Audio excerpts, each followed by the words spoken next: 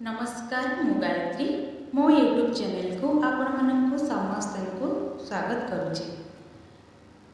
साई भक्त मान को मोर हृदय प्रणाम। ओम साईराम। जीवन में एमती किसी समय आसे जितेबाला आमको लगे आम जिते प्रार्थना कले आमर कथा बोधे बाबा पाखे पहुँचुना। आम अपेक्षा करूँ गोटे भल खबर पाई, गोटे नुआ सुजोग पाई, अटकी जाइथिबा कामटी होई जिबा पाई, किंबा जीवन में जो खुशी आम दीर्घ दिन है अपेक्षा करिचु से खुशी आम जीवन को फेरी आसवा पाई। किंतु समय बीती जाए, दिन पर दिन चली जाए, आम मन में गोटे प्रश्न आसे, बाबा आउ केते दिन?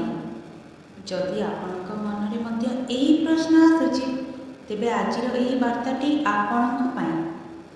कारण साई बाबा आमको गोटे कथा बारंबार बुझाती, श्रद्धा रख एवं सबुरी रख। सबु किछि तुरंत मिल बोली आशा करनी। केबे केबे भगवान विलंब आम भावना विलंब हो पारे, किंतु तांको योजना रे से विलंब नुहे। बाबा जानती केबे कौन देवाक हेबो। आमे केवल आज को देखू, किंतु बाबा आमर आगामी दिन को मध्य देखुछंती। आमे जो जिनिस को आज चाहूँ हुए तो से जिनिस आम पाई एबे ठीक नुहे। हुए तो आउ किछि समय अपेक्षा कले ताहा आउरी भल रूप आम पाखक आसिबो। तेणु जदि आपणक जीवन रे एबे कौनसी जिनिस विलंब हेउछि तेबे ताकु नहीं निज मन को दुख दियंतु नाही। हुए तो बाबा आपणक पई रास्ता तैयारी करूछंती। हुए तो जो द्वारटी आपणक पई बंद होईछि ताहा पछरे आउ गोटे बड़ द्वार खोलिबाकु जाउछि। सेइथि पई आज मु आपणकु कहिबी, हार मानतु नाही। आपणक प्रार्थना अटकी जाई नाही, आपणक परिश्रम व्यर्थ जाई नाही, आपणक लुह बाबांक नजररू लुचि नाही। आपण जो राति एका एका बसी चिंता करिसेंती से समय रे मध्य बाबा आपणक सहित थिले, केवल आमे तांको देखि पारुना।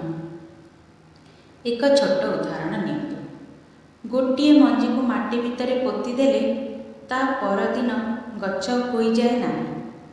हुए कि गछ हुएनी, किंतु माटी तले काम चली थाए। मंजी धीरे धीरे निज मूल तैयारी करे, तापरे गोटे दिन माटी को भेद करी एक छोट चारा बाहर को आसे। ठीक सही परी आपणक जीवन रे मध्य हुए। आपणकु लागुछि किछि हेउ नाही, किंतु हुए तो भितरे भितरे बहुत किछि परिवर्तन हेउछि। आपणक पई जे समयटी आसीबार अछि से समय पई बाबा आपणकु प्रस्तुत करूछंती। तेणु अपेक्षा करिबा समय रे निज विश्वास को हराइबा नहीं। जदि आपण काम हेउ नाही तथापि चेष्टा करंतु। जदि आपणको उत्तर मिलु नाही तथापि प्रार्थना करंतु। आज जदि आपणक मन भांगी जाउछि तथापि बाबांको नाम नियंतु, ओम साईराम ओम साईराम ओम साईराम। कारण विश्वासर अर्थ यह नुहे जे सब किछि आम इच्छा अनुसार हेबो।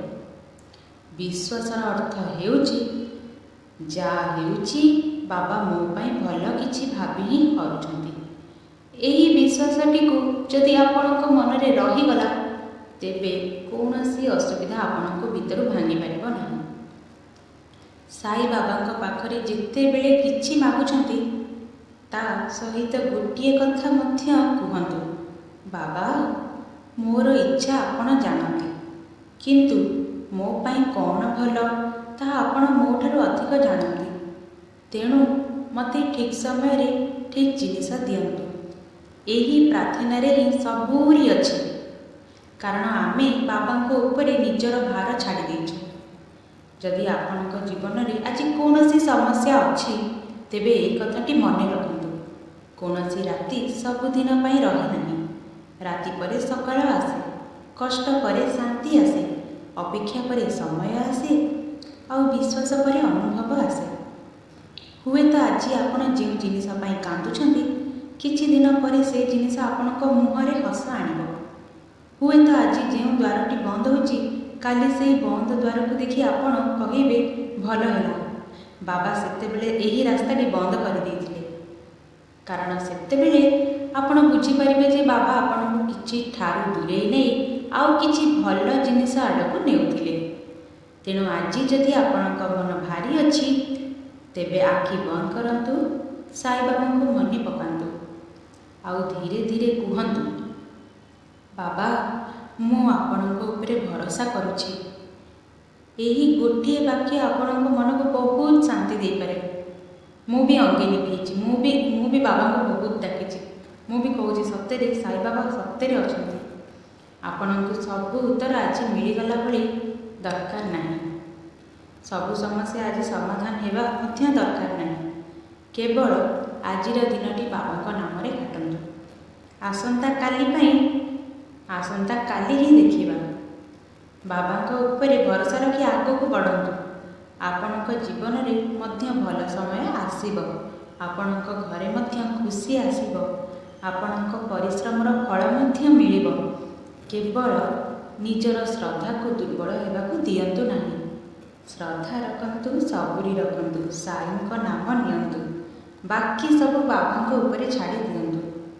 ହେ ସାଇନାଥ, ଯେଉଁମାନେ ଆଜି ଚିନ୍ତାରେ ଅଛନ୍ତି ସେମାନଙ୍କ ମନକୁ ଶାନ୍ତି ଦିଅନ୍ତୁ। ଯେଉଁମାନଙ୍କ କାମ ଅଟକି ରହିଛି ସେମାନଙ୍କ ପାଇଁ ଠିକ୍ ରାସ୍ତା ଖୋଲି ଦିଅନ୍ତୁ। ଯେଉଁମାନେ ନିରାଶ ହୋଇଯାଇଛନ୍ତି ସେମାନଙ୍କ ମନରେ ପୁଣି ଆଶା ଭରି ଦିଅନ୍ତୁ। ଯେଉଁମାନେ ଆପଣଙ୍କୁ ଡାକୁଛନ୍ତି ସେମାନଙ୍କ ଡାକ ଶୁଣନ୍ତୁ। ଆଉ ସମସ୍ତଙ୍କ ଜୀବନରେ ଯାହା ସବୁଠାରୁ ଭଲ ସେହି ଆଶୀର୍ବାଦ ଦିଅନ୍ତୁ। ବାବା ଆମକୁ ଏତିକି ଶକ୍ତି ଦିଅନ୍ତୁ ଯେ ଅପେକ୍ଷା କରିବା ସମୟରେ ଆମର ବିଶ୍ୱାସ ନ ହରାଉ। ଯଦି ଆପଣ ମଧ୍ୟ ସାଇବାବାଙ୍କ ଉପରେ ବିଶ୍ୱାସ କରନ୍ତି, ତେବେ କମେଣ୍ଟରେ ହୃଦୟରୁ ଲେଖିବେ, ଓମ୍ ସାଇରାମ। ହୁଏତ ଆପଣଙ୍କ ଏହି ଛୋଟ ଭକ୍ତିର ଶବ୍ଦଟି ଅନ୍ୟ ଜଣେ ଦୁଃଖୀ ମଣିଷଙ୍କ ମନକୁ ମଧ୍ୟ ଆଶା ଦେଇପାରେ। ଭିଡ଼ିଓଟି ଭଲ ଲାଗିଲେ ଲାଇକ୍ କରନ୍ତୁ, କମେଣ୍ଟ କରନ୍ତୁ ଏବଂ ନିଜ ପରିବାର ଓ ସାଙ୍ଗସାଥୀଙ୍କ ସହିତ ସେୟାର କରନ୍ତୁ।